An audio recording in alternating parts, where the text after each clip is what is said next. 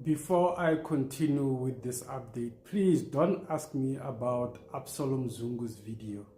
Yes, I have seen it, and for now we are still busy dealing with matters of extreme national importance, not those jokes. We'll deal with it at an appropriate time. Now, General Nhlanhla Mkhwanazi gives us the name of Mr. Katiso Molefe, in the main branding him as a drug lord.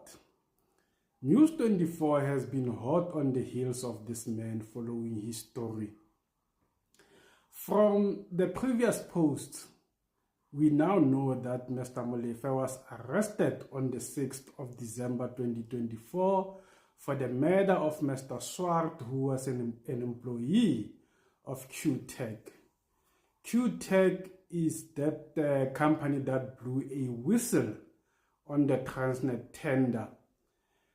The equipment ordinarily sold for R3.20, the springs, was sold to Transnet for R152 each.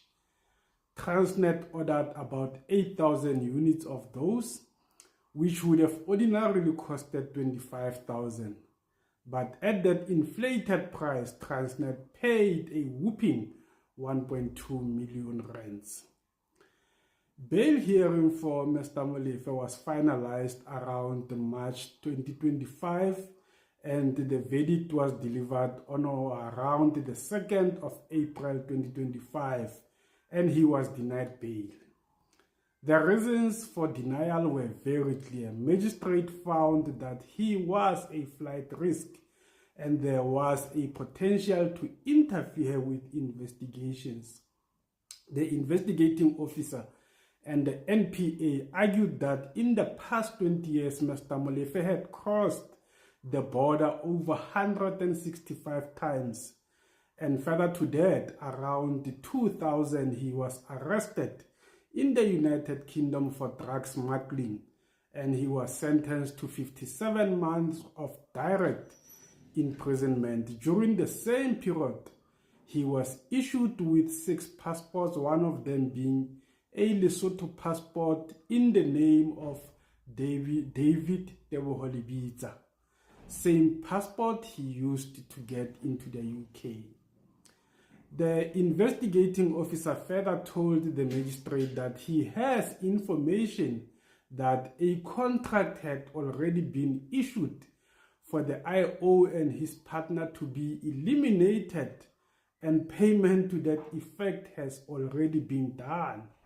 So it's some of those crucial reasons that informed Magistrate Rian Morton to deny Mr. Molefe bail on the 2nd of April 2025. But in his judgment, Magistrate Morton makes an important statement that I suspect would be a reason for his later release on bail. And I will deal with that particular statement in a separate post. On the 26th of June 2025, Mr. Molefe is somehow released on bail, having been denied bail in April. And that comes a day after a guy who was leading the investigation is arrested together with his top management team, that is General Dumisani Khumalo, head of crime intelligence. And according to General Nhlanhla Mkhwanazi, that went under the radar. That release on bail on the 26th of June went under the radar. Nobody made noise about it. Now, Chief Justice Mandisa Maya, my Chief Justice, I'm coming after you, because you said General Mkhwanazi must bring evidence. So I will address you in the next post. Stay tuned for part 9, and make sure you like this video and you follow me for more updates. Part 9 is loading.